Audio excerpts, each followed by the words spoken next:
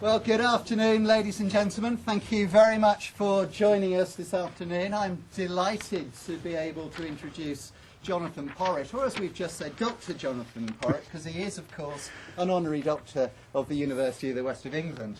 So, Dr. Porritt will speak on the subject you can see on the screen in front of you. I'm sort of at the point where, does Jonathon actually need an introduction? Jonathon is perhaps the preeminent environmentalist, sustainability development activist, certainly in the United Kingdom.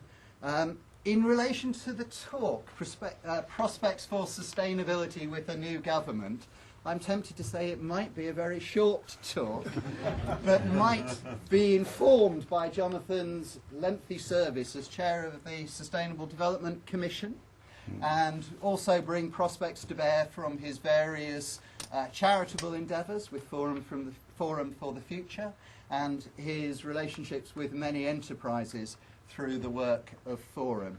Jonathon, I very much look forward to this talk. About half an hour or so, and then time for questions. So, ladies and gentlemen, Jonathon Porritt. Thanks, Jim. Thank you very much. Of course, I realise now that I'm speaking as Dr. Porritt. I'll have to try and be much more academic than I would otherwise have been. Less invective and more logic. That would be a fine thing with a title like this. I'm not quite sure who picked this title. It was either Jim or me or somewhere in between. But it is actually, I have been thinking about this quite a lot, as you can imagine, since the election day itself. And I've been trying to work out the degree to which we should all be cast into deepest gloom, or whether we can expect something which actually has happened before, which is that a Conservative government in fact makes more progress on some environmental issues than Labour governments have done. And if you actually look back at the span of how the environment agenda has moved in the UK, probably, on balance, you would detect more new thinking, innovation, legislation coming through in the time of a Tory government than in a Labour government. So that is a bit of a reassuring starting point, were it not for this particular Tory government, which obviously, I suspect, has made pretty certain that anyone who had expectations of this government from a sustainability perspective would very quickly be disabused on that score. And I'm going to try and touch on that without getting too gloomy about it, because I will end, of course, by reminding us where the energy will come from to keep sustainability alive over the course of the next 5 years, because rest assured, it will not only stay alive, it will thrive, in my opinion. And we'll see what the part of the government might be in that respect. I can see sitting here in front of me, somebody's printed off the little report I did recently called By No Stretch of the Imagination, which was retrospective, looking at the last 5 years, the 5 years of the coalition government, in terms of testing David Cameron's claim that his would-be, the coalition government, would be the greenest government ever, and testing that claim a little bit against the performance of the last 5 years, hence the title, By No Stretch of the Imagination. And it's as dispassionate and objective as I could possibly make it, to test the degree to which we actually saw a coalition government systematically dismantle many aspects of sustainability that had been built up under the preceding Labour administration, the three governments of the Labour administration. And if you look at it now, it's pretty remarkable. You've almost got to be an academic to find any trace of the architecture of sustainable development in government. And I know this because I know that the only way you will find the archive for the Sustainable Development Commission, which is the only place where you will find any information about how government embedded sustainability in its activities between 2000 and 2010, the only place you'll find it is in a very small, castaway little corner of the DEFRA archive site. And that's why I say you have to be an academic to hunt this stuff down. Now, I've decided to reclaim this archive, if I can. It is an official government archive, technically, but I'm trying now, and you can imagine what this is like. I'm trying now to reclaim the archive for wider public availability, because it's clear to me that it is not meant to be found in its current form.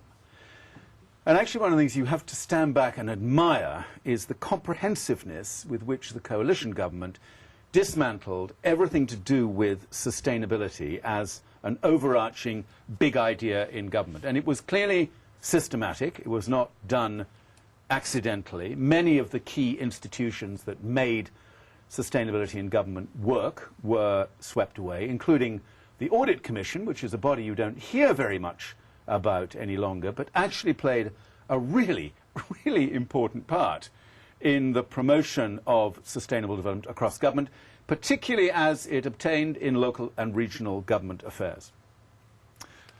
Audit Commission went, as you know, together with all the regional bodies, most of which had just about got their heads around what their sustainable development remit was by the time they got disappeared. RDAs had statutory duties for sustainable development. Strategic health authorities had to pay attention to these things. Regional assemblies were sort of doing something about it. And most local authorities, as a result, continue to have some continuing stake in sustainable development. Here's a tiny little depressing statistic for you. In the first of Tony Blair's governments, 92% of English local authorities had a local Agenda 21, which was the sort of template plan for activating sustainable development at the local level, which flowed from Agenda 21 at the Earth Summit in 1992. So within about a decade of the Earth Summit, 92% had a formal plan of one kind or another. How well it was being actioned is another matter, but they had the plans. Guess how many local authorities have a formal local agenda or even a formal sustainability plan these days? We don't know. And why don't we know? Because there isn't anybody to do the analysis. Because the Audit Commission has disappeared. So nobody's actually tracking this. So I have a hunch about how many local authorities will have a sustainability plan of one kind or another, but it'll be significantly less than 92%, that I can tell you. Because obviously one of the things that has happened is capacity has been hollowed out at the local government level in many instances. Okay, so much for the past. This talk wasn't about the last 5 years, it's about the next 5 years, but you can see there's going to be some continuity from what happened in the last 5 years and what is likely to happen in this 5 years. And what I always seek to impress upon people in this regard is that what happens over the next 5 years will primarily be driven by some very deep ideological constructs that this current Tory government has at its heart. And you can see them in retrospect. If you go back to the coalition government, you can see them. They were, to a certain extent, tempered or mitigated by the presence of the Lib Dems in the coalition, but they were still throbbing away quite powerfully below the radar. And there are two that matter in particular. The first is the small state ideology, which you do occasionally see popping up in the media and in coverage of what this government stands for, but nothing like as much as would be justified if you knew how powerful a driver it is for what happens through the last government and this government. It is an absolutely central tenet that however many years they get in power, one of the principal obligations, as they see it, is to reduce the total size of the state and the presence of the state in the workings of society as much as they possibly can.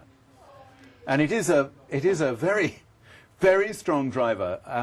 My first experience of this was with Francis Maude as chair of the Sustainable Development Commission when he was still in opposition, and I suddenly realized that we were up against some extremely powerful political interests. And this is shared by a lot of people in the current Conservative cabinet. How does that impact on sustainability? It's quite a big story, this, because a lot of what you hear about as austerity and cuts in public expenditure are not really about austerity and cuts in public expenditure. They're really about shrinking the size of the state. And one of the principal ways of doing this, of course, is to bring more private sector interests into management of more and more aspects of our life. As you will know, We've had a pretty strong outsourcing strategy for a long time here in the UK. Many people blame the origins of that not on the coalition government, but on the Labour government before that. And it is true that many people, many politicians, senior politicians in that Labour government were extremely keen outsourcers and exponents of the art of government through the private sector. We need to reflect a little bit on that as we look at the leadership candidates for the next period of the Labour Party's history. The two outstanding contenders for this are both up to their eyeballs in previous outsourcing, privatisation, liberalisation, marketisation initiatives of one kind or another, which for me sends out an extremely strong signal that we don't really have a Labour Party as we might once have understood it. We have a rather more genteel version of what the Conservative Party stands for. In that respect, maybe there are other things that are different, but in that respect, honestly, it's pretty much the same. I think we'll see a lot more of that. I suspect that this will impact until the point where it becomes unbearable politically, especially as it relates to the NHS, at which point I suspect, as we've just seen, people may rise up and say enough of that. But small state ideology is a massively powerful driver, and many sustainability challenges, opportunities will fall foul of the small state story. The second big driver is far more familiar to all of us, which is the growth at all costs ideological driver. This is probably the most resilient core political aspect of post-war politics. It is still largely unchallenged. You might occasionally hear people talking a little bit about the absurdity of dedicating a nation's entire efforts to increasing GDP when we're by no means certain that that increase in GDP will translate into improvements in personal well-being or even improvements in net disposable income. You do occasionally hear a little flutter on the edges of the debate, but by and large we are still, as are all countries, OECD countries and most other countries in the world today, committed to growth. If I say at all costs, you know what I mean. There are attempts at the margin to ameliorate the externalities caused by growth at all costs, but they are really that. They're amelioration tactics. They're not fundamentally touching the nature of the beast itself. Now, I see no diminution in that in this government whatsoever. If you listen to George Osborne, if you can bear to do that, you will hear behind this the notion that there is no success for this nation unless we can increase the levels of GDP. That's the only way we can maintain our competitive positioning where we have it. It's the only way in which we can actually secure a bigger flow of economic benefits through into society. Now that has huge implications, because what it means, of course, is that we have a government that really won't be prepared to listen to much of the sustainability argument that comes in a non-growth format. They'll only listen to those aspects that are seen to promote further economic growth. Funnily enough, we're not even very good at that, because the one way in which you can square this particular circle is just to go bananas on green growth ideas. I know some people will not like the terminology.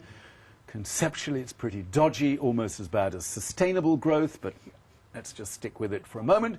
Green growth is the means by which a number of other European countries have squared the circle to a certain extent between the pursuit of more sustainable societies and the pursuit of prosperity through growth. And they've done it reasonably well, and at the heart of that squaring the circle sits the notion of the green economy. Low-carbon economic goods and services driven hard through innovation, through support, incentivization schemes, the whole raft of government interventions that it has available to it to help make green growth come alive.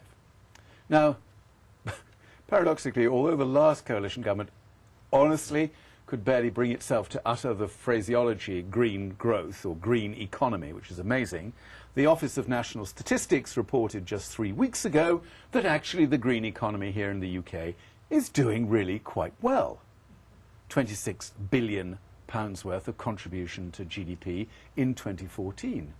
And the green economy, don't ask me to go into definitions now because it gets quite complicated, but the green sector, as it were, the growth sector, grew by 9% between 2010 and 2012. So it's a growth sector, if you see what I mean. And it's a sector that is generating significant economic benefits for the nation, for people, for the uptake of skills, and so on. Now, it's odd that we haven't got a government that would want to embrace this story about green growth, the green economy, and really lead on it, really take this out and make a big song and dance about it, because we are committed to all sorts of things which pretty much mandate a green economy as the only way we can achieve those objectives. Most importantly, of course, through the Climate Change Act. Thank God for those politicians who succeeded in getting the Climate Change Act through Parliament with cross-party consensus. And I think in the end there were only 3 people who voted against it. Cross-party consensus locking in, and I really do mean this now, because even this Conservative government, it's extremely unlikely that this Conservative government would seek to repeal the Climate Change Act. It's almost unthinkable. It's almost unthinkable.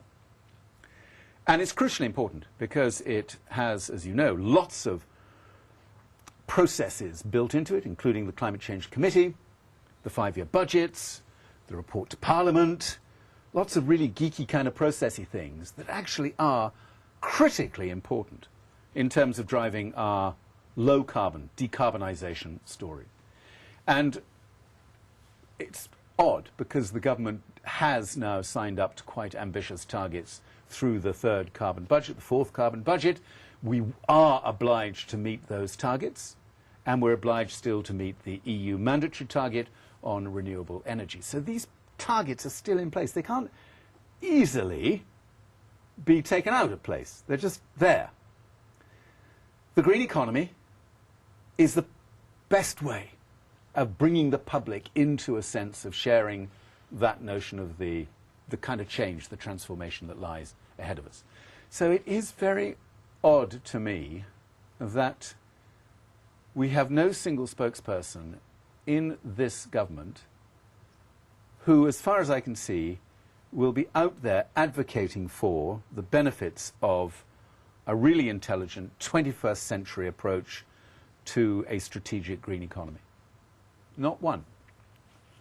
With the possible exception of Greg Clark, a politician who most of you will not have heard of, other than the fact that he is the replacement for Eric Pickles.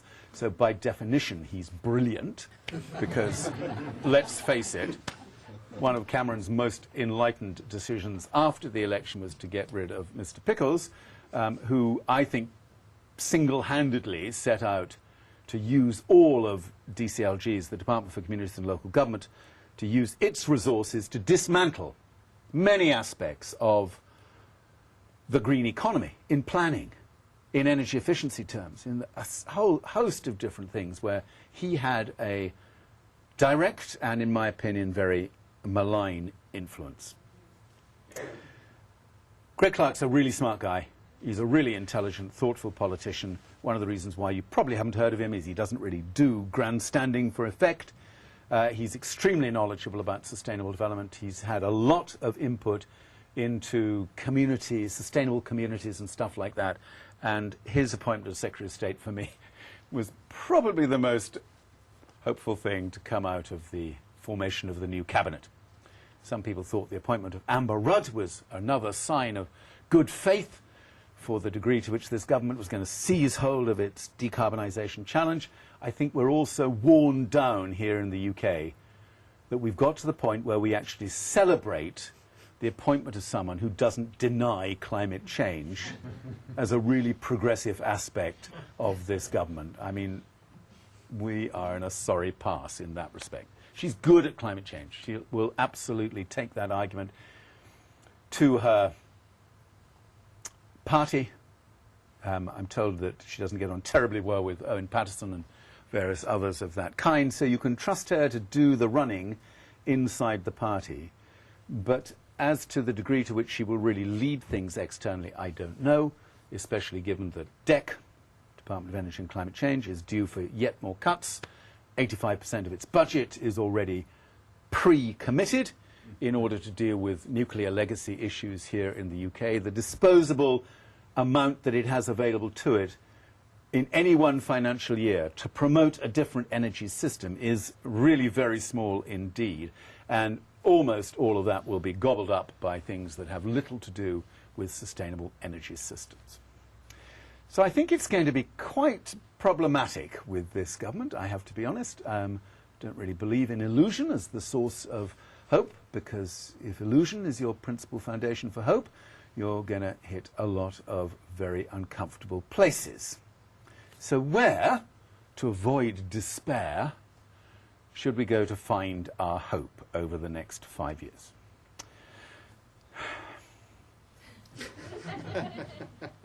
Well, I'm going to offer you 3, possibly 4 if I have time, suggestions. Firstly, interestingly, I think this government is sincere about wanting to empower our big cities and the surrounding regions, the city region. The city region is back in favour as an idea. For those who've been involved in land use issues here in the UK will know that this is a bit like this. It's up one moment, down the next moment. Cities are definitely back. More emphasis on cities than the city region, but most cities now, especially if you look at the Manchester example, only operate really with a wider sense of responsibility for the area around them. And Manchester is seen now as the model of how to make contemporary urbanism work with this government, and other cities are looking at the Manchester example to see what they can learn from that. The first thing they have to learn is how do you get 11 local authorities to give up sovereign, if you know what I mean, autonomous rights as a local authority in the interests of the broader city region. And in Manchester they achieved that. It's a remarkable thing. It's not much understood, but it really is a remarkable thing. And if you suggest that a city like Bristol might do it, okay, that's problematic. Birmingham, impossible. Birmingham absolutely could not do what Manchester has done in 100 years. Big cities like Leeds and Newcastle struggling to try and get that same effect working. City deals will emerge. Elected mayors will emerge, for better or for worse. This is definitely part of what this government wants to do. And I think this time they probably do mean that they will empower by transfer of budgets, as well as empower by some change in the governance arrangements between national government and local authorities. That'll be really interesting, and for me there are fantastic opportunities there. George Osborne is the one who is driving this, which is absolutely fascinating. And here's my bet for the next 5 years. Within the next year, George Osborne will axe HS2, the high-speed project, and will introduce high-speed 3. HS3 is the connection, as you know, across the north of England, the east-west connection, actually far more important from an economy point of view, far more valuable, much less destructive, and probably has a genuine economic multiplier, as in contribution to gross value added over the period of time. George Osborne loses nothing, because obviously no money will be spent during the course of the next 5 years, but it will go to the heart of the Conservative need to rebuild its voter base in the north. It's a little hunch. You don't have to take a bet on that, but it seems bloody obvious to me if you're a smart politician, and George Osborne is a smart politician. So city regions is the first place. The second place is the continuing story from business. I'm not saying business is immune to the inadequacies of this government to come, because they're not. It affects the way in which business think about investment cycles, leadership stories, combinations of public-private sector partnerships and so on. It affects all of that enormously. But so many of these big companies now are absolutely on a path to a more sustainable way of doing their business. Whether you're talking a big company like Unilever or M&S or Carillion. I went to the launch of the Carillion Sustainability Report just a couple of weeks ago. on the King's Cross regeneration site, massive, huge regeneration area, billions of pounds over a 15-year period, totally committed to the sustainability story, 5,000 apprentices, all sorts of investments in the local community. Yes, it would be easier for Carillion if this government got this story, but what they're doing now is driven essentially by their Section 106 agreement with local authorities, which is extremely tough on the social aspects of regeneration, and government, central government is practically a distraction in the background. So many of these big companies will not resile at all, in my opinion, from their sustainability commitments. I think they'll be pretty clear about that. Thirdly, either this week or next week, the Pope is going to produce his new encyclical. I've been following this Pope lately. This is a weird thing for me to say. I have to admit, popes, by and large, have just been a source of massive irritation to me over the last 40 years, but I can't help but admit there's something a bit different about this one, and he just doesn't really talk like a pope. He's sort of got a different language. He's coming at it from a much more inclusive perspective. Yes, he's still pretty confused about role of women in society, contraception and stuff like that, but he's got the climate change and sustainability bug big time. And quite a lot of this encyclical has already been leaked through different outlets, and if it says what it looks like it's going to say, this is pretty much the best thing we've had in terms of the word of God transmitted directly via the papal incumbent to 1.2 billion Catholics, telling them basically to get their act together in terms of the protection of God's world. And it really is very strong. Now, we're very sniffy about religion and faith in the UK. We are the most secular, agnostic country anywhere in the world, by some measures. So we tend to turn up our little noses at the contribution that religion and faith can make to transforming our currently wholly unsustainable world. That is a really stupid thing to do, because out of our 7.3 billion people on the planet today, at least 6.3 billion still interpret the meaning of life primarily through a religious or faith-based construct. So if we really see some big stuff going on here, do not dismiss that. It's quite important. And fourthly and lastly, you have to say this. Here we are on a university campus, after all. I can't help but think that young people are beginning to get the message that really and truly the way we do things today is just so unintelligent as to beg a belief. I've probably been saying that for 40 years. I don't think I necessarily said it when I joined the Green Party in 1974, whatever it was, but I probably did. I said, well, it may be too late for this generation, but you wait for the next generation. That's some of you, by the way. I'm still saying it, but I think with more cause now, because as the evidence of our current incompetence and, in my opinion, immorality, because the way we live today impacts now so dramatically and directly on young people, I think that is starting to emerge as a much more powerful source, a much more powerful reason for young people to want to see bigger change. I offer that as a hypothesis, not as an assertion for which there is very much proof. But you have to hang on to that, because somewhere along the line, young people are going to start saying, you know what, this just doesn't add up for us or anyone else. So those would be my four kind of places to keep your spirits high. The other last place, of course, is it's only a majority of 12. Shit happens. God knows what might happen to this government over the course of the next 2 or 3 years. Europe will dominate. That could make the whole thing just go completely AWOL. And you never really know with these governments with small majorities.